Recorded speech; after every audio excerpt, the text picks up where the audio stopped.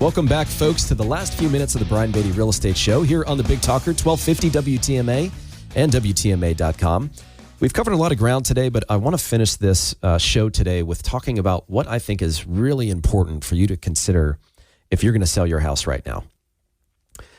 And first, let me say this. There's still a lot of demand to buy in our specific market, especially when you compare it to other markets in other sections of the country. I mean, for those that listen to this program know that not only do I, help people buy and sell real estate and run a real estate team and property management company, and I've got a private money lending company, but I'm also a real estate coach to some other agents kind of like me in other parts of the country that really need to apply some business acumen to their business and run their business like a business to grow and scale it, so on and so forth. And I know that other agents in other parts of the country are hurting. It's a nationwide issue right now. And when it comes to selling a house, there is still plenty of demand, which we locally benefit from because so many people are still moving to the Southeast. And I don't see those migration patterns changing all that much in the very near future. But at some point, and I don't know when, that's going to start to cool down. It's going to cool off, right? In fact, I think the bulk of those moves are already behind us because remember, as of a few years ago, employers said, all right, you don't need to come into the office anymore. You know, you can work from wherever you'd like to. You're now a virtual employee. And so a lot of people said, well, all right, if that's the case, I'm sick of paying $3,000 a month for my 900 square foot apartment here in New York. I'm going to South Carolina. And so we obviously benefited from that, and we still continue to benefit from that. But as I mentioned last segment, we're starting to see inventory creep up. We're starting to see price reductions increase.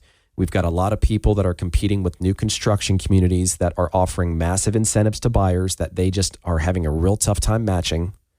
And so it's not as easy to sell as it once was. It's still easier in comparison to like a normal market or a buyer market because of some of this spillover demand that we have. But the tide is turning. You can just feel it. I hear it every day in the agents that I talk to.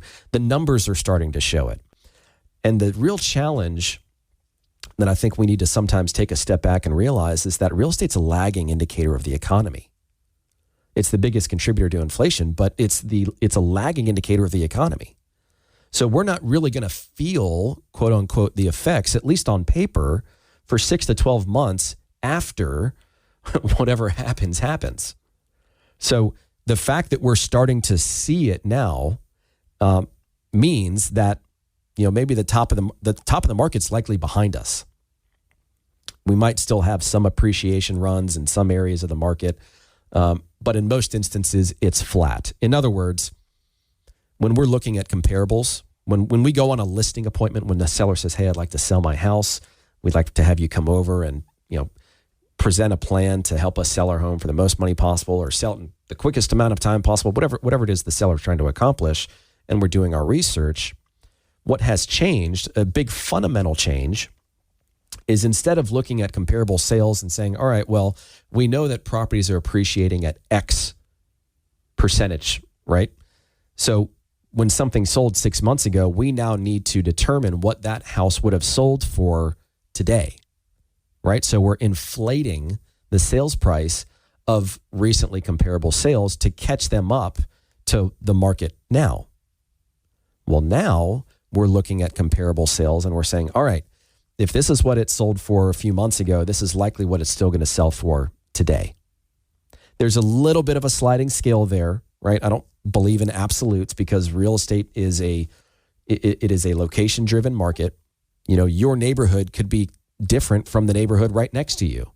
Mount Pleasant's different from West Ashley. It's different from Somerville. It's different from Pinopolis. I mean, you have to be truly engaged in the data in that specific section of our market to understand what's happening there. Real estate is local. It's hyper-local. So when you're selling a house right now, a big mistake that I see agents making is just inaccurately pricing the property. Now, that could be because the agent just doesn't have the experience, the transactional experience. Could be that they're not familiar with that market. It could be that they're just telling the seller what they think that seller wants to hear, because any agent that can get a listing, that is gold to them, right? The last thing you want is an agent that's just going to tell you what you want to hear, to have the opportunity to now market your home for sale and generate other sales from your property, regardless of whether your home sells or not. It is one of the major issues that we have had, and it's not like it's a new thing. It's been around for a long, long, long time. And in our industry, we call it buying a listing. When an agent tells the seller what the seller wants to hear, because from the agent's perspective, they now have a sign in the ground that's going to generate calls.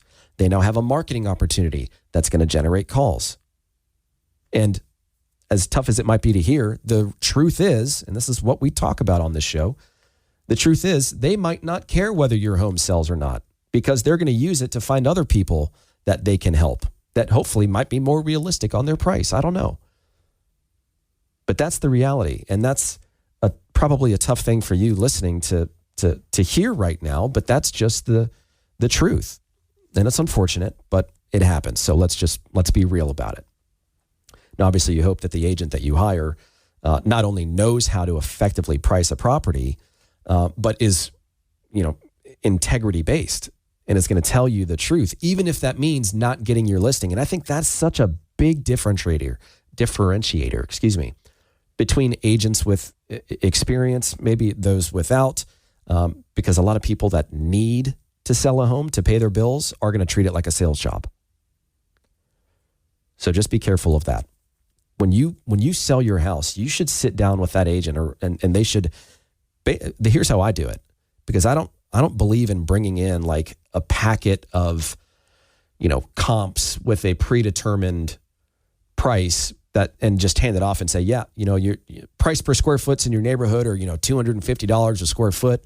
You're a little nicer than what the average home in your neighborhood is, so we're going to do $270 a square foot. It's like they're pulling numbers out of the sky. It's a very lazy way of valuing real estate. What should be done, and how I do it, is I sit down with folks and I say, all right, here are the most comparable sales.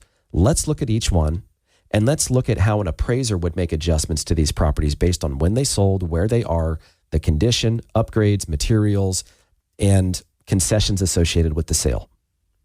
You as a seller aren't going to have that kind of information. And if you're going off of Zillow and their Zestimate, then, good luck to you, because, and I've said this for so long, but Zillow doesn't know anything about the condition of your home. If you bought the home 10 years ago, like I did when I bought my house, and then you do a massive renovation and you put a ton of money into it, Zillow doesn't know that. And there's not really a way to let them know that. So they've got this really fancy algorithm, which has really just done nothing more than create a way for Zillow to dominate the lead generation space, because they're now a brokerage. But it's full of inaccurate data. Like the system in and of itself is never going to give you accurate information, because the information they pull in and of itself is not complete. So if you want to know how much your home is worth, the best way to do it for free is to talk to a real estate agent. Now, if you want to get something on paper that you can really hang your hat on, then an appraiser can give you an appraisal. But in most instances, that's just not necessary. So if you're going to sell a house right now, I think that, aside from marketing, which we're going to talk about next show, and experience and the incentives and some of the other things we've talked about today, it's incredibly important that you work with a real estate agent that understands how to value a piece of real estate. Because in this market, which is a little different, of course, than what we're used to over the past few years, if your home stays on the market for a while, it's like blood in the water, right? The sharks come, you're going to start getting lower offers. You want to try and avoid that. And the way you do that, of course, is by pricing the home correctly.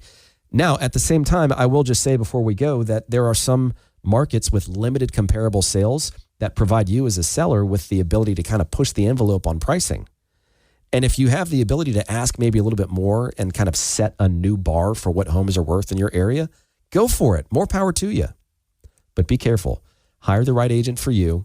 And if you'd like to discuss that in greater detail, my number 843-800-0065, 843-800-0065, or check us out online, listingsincharleston.com. You guys enjoy your weekend. Thanks for listening to the Brian Beatty Real Estate Show on the Big Talker 1250 WTMA. Visit Brian Beatty's website at listingsincharleston.com. The Brian Beatty Real Estate Show continues next on the Big Talker 1250 WTMA.